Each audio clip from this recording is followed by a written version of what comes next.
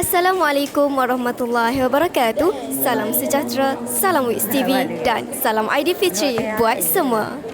Kembali lagi bersama saya di Wix TV. Saya Nurul Iman Sofia dan bersama saya Nurul Bahira selaku juru kamera. Tahu tak, Sekolah Menengah Kebangsaan Agama Wataniah sedang meriah mengadakan majlis sambutan Hari Raya Aidilfitri pada hari ini. Majlis sambutan Hari Raya Aidilfitri bertemakan Satu Hari Suasana Raya. Mesti korang dah tak sabar kan nak tengok gelagat Wataniah kan? Baju raya berwarna-warni. Jom bersama kami. Jom ikut saya.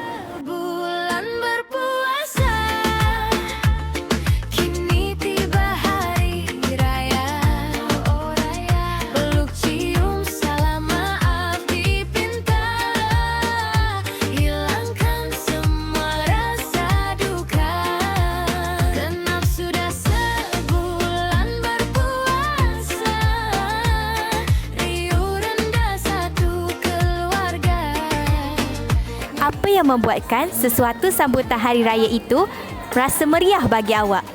Apa yang membuatkan hari raya itu rasa meriah bagi saya ialah kerana suasana dia ceria dan penuh kegembiraan sebab ada lagu raya, ada persembahan dan pelbagai juadah makanan yang menarik.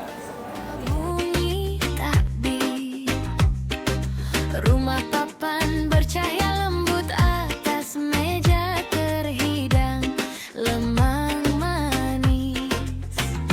Nenek duduk cerita masa dulu, macam mana susah tapi selalu syukur. Aku diam simpan dalam kalbu, harap rasa ini takkan luntur. Genap sudah. Apa yang membezakan sambutan hari raya di rumah dan di sekolah? Yang membezakan di sekolah dan di rumah adalah di sekolah ramai kawan-kawan. Di rumah ada keluarga, tetamu. Tetapi lagi meriah di sekolah.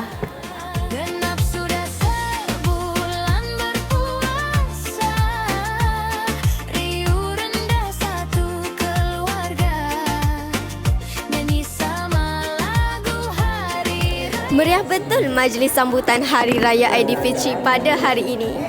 Sambutan Hari Raya Aidilfitri bukan sahaja tentang baju yang cantik dan makanan yang enak, tetapi ianya adalah masa untuk kita memaafkan dan merapatkan lagi ukhuwah sesama kita. Terima kasih saya ucapkan kepada semua yang terlibat dalam menjayakan sambutan pada hari ini. Sekian sahaja liputan pada hari ini. Wix TV mengucapkan Selamat Hari Raya Aidilfitri. Maaf zahir dan batin. Ingat raya, ingat Wix TV. Teruskan bersama kami di Wix TV.